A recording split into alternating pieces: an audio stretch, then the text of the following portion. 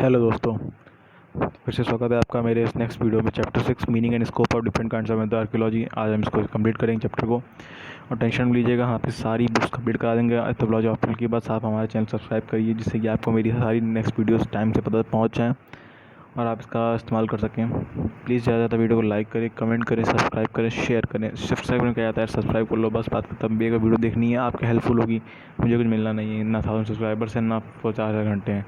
मेरी तरफ से फ्री ऑफ कॉस्ट चल रहा है। इसका अगर आप यूज़ ले पाए तो बहुत बढ़िया है। ज़्यादा इसको शेयर करिए। आइए बिना किसी तरीके स्टार्ट करते हैं। Meaning and scope of different kinds of archaeology. In the entire animal kingdom, man is the only animal who is concerned about his antiquity. Such animals as who am I and how did we evolve physically and culturally so have been disturbing him since times immemorial. In order to get answers to such questions, he makes frantic searches all around, but the present cannot provide him all the keys and clues into his grand jigsaw puzzle. He has to go backwards in terms of time. Etymologically speaking, archaeology, archaeo plus logy, etc., old or bygone, plus science, hence study science of old things is the study of extinct cultures. In this way it may be distinguished from ethnology, which studies living cultures.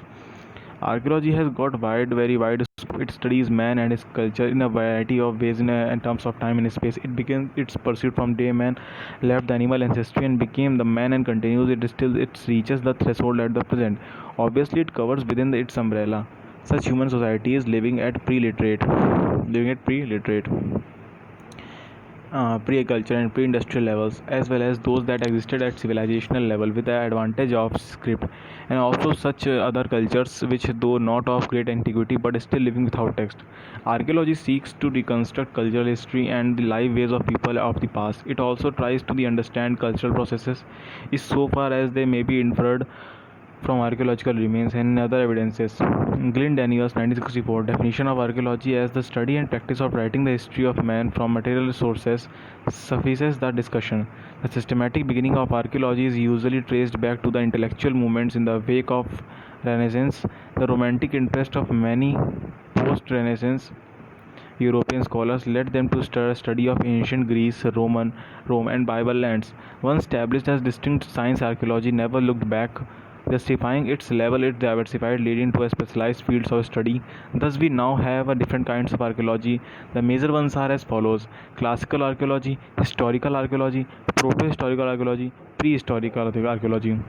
As already mentioned in the beginning of archaeology, that can be traced at the time of Renaissance in Italy, when there was a new interest in the past and in the recovery of information about ancient Greece and Rome.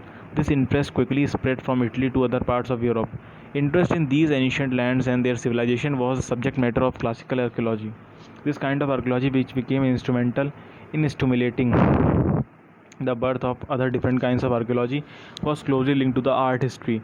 This is text aided archaeology because the material remains are backed by textual accounts.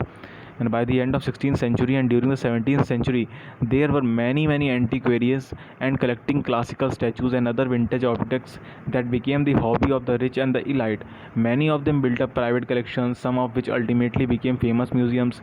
Such museums have curators and who have to sort out and classify their objects in some way. Attempts have been made and still being made to excavate sites described in major epics. If the textual descriptions are matched by the archaeological finds, this will be yet another example of text-aided archaeology, which the classical archaeology is. Anthropologists have neither expertise nor much interest to contribute the classical archaeology. During the 19th century, what happened that archaeology research was carried in the advanced Bronze Age civilization of the world. Persia and Eritrea and Maya civilization are the chief examples of the pursuit. This archaeological research was accompanied by linguistic achievements in the deciphering of descriptions in Egypt, Persia, and elsewhere. Such archaeological researches revealed that earlier civilization lay behind that of classical Greece. Thus, gradually, archaeological opened up more and more centers of worldly civilizations. This is the subject matter of historical archaeology. Most important find that excavation of Sumer were made in the late 1920s, thus adding yet another feature, the historical archaeology. Like classical archaeology, historical archaeology too is text aided because because the archaeologists relies heavily on the textual date. With the passage of time, the historical archaeologists refined their methods and techniques in excavations, procedure, and dating methods. As Gopal Shah 1984 rightly points out in the text-aided historical archaeology, conclusions that about human activities are arrived at through familiar historical texts, antiquities, and historical phenomena. In this brand of archaeology, types are established through examples which are historically guaranteed. Anthropologists are not much interested in the kind of archaeology too, as we have been maintaining history or historical period begins with the invention and the use of script, before which it prehistoric period. The civilization has script as one of the most important landmarks, but we have some examples of a third division is described as proto-history or proto-historical method, and during such a period script was definitely developed, but we have not been able to so far to decipher it. Thus that kind of archaeology which deals with the proto-historic period may be described as a proto-historic archaeology. Indus Valley civilization is an appropriate example of subject matter of proto-historic archaeology. Other Metal Age cultures which do not enjoy the support of writing and textual may also come within the subject matter of proto-historic archaeology. Unlike the classical and the historical archaeology, prehistoric archaeology is text-free. Prehistoric textology and archaeology studies the prehistoric period, and which by it was obviously known as prehistory. The term prehistory was first coined in 1857, the first popularized by John Lubbock, book titled Prehistoric Times. Interest in the real sense in the term the prehistory in Europe was served by the discovery and excavation of well-preserved Swiss lake dwellings and settlements during 1850s and 1860s. Meanwhile, excavations were also being made in Paleolithic cave sites, particularly in the Dordogne region of the France. Les Moucher, the Les Madeleine, Organic, Cro-Magnon, etc. are now household names in the anthropological circles. In 1879, what happened that impressive Paleolithic cave paintings were discovered at Altamira in Spain. West Germany and Great Britain too became the field of action of prehistorians. The rest is now a familiar story. As a discipline, prehistoric archaeology seeks to study the culture and society of man before the dawn of the history. A prehistoric archaeologist has to face the daunting task of interpreting the meaning of human activity which left behind the material remains. Nothing is known about them beforehand, as there are no texts to throw any light on them.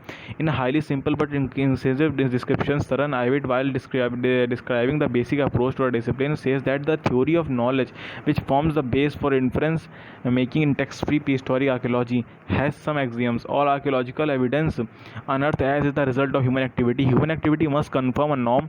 Culture is the aggregation of a series of such norms arrived at through scanning human activity or its products. Hence, going for the objective or motive behind the fabrication of a tool or any other object is favorable task of a prehistoric archaeologist. Summarizing the major concern of prehistoric archaeology, D.K. Bhattacharya 1989 says that the specific questions that the archaeologists study are the sequence of prehistoric occupation in an area, the origin and the dispersion of a particular prehistoric population, the lifestyle of prehistoric people during a given period of time, and finally the laws of axioms which govern the socio-cultural evolution of a prehistoric population. The most important part of the story is that these questions have to be answered with the help of stone tools, and a much lesser degree with the help of help tools and other artifacts made on a non-lithic material, fragments on fossil bones, rock, cave paintings, and no text at all. So these are the only window that in the mind of the prehistoric man. Prehistoric archaeology everywhere is a part of anthropology, so that's why all kinds of archaeology and anthropologists are more interested and concerned with it. So I think we completed this chapter, so we will start our next chapter in the next video, the Great Ice Age and its evidences. So if you like my video, please like, comment, share and subscribe and my channel. Thank you so much for seeing my video.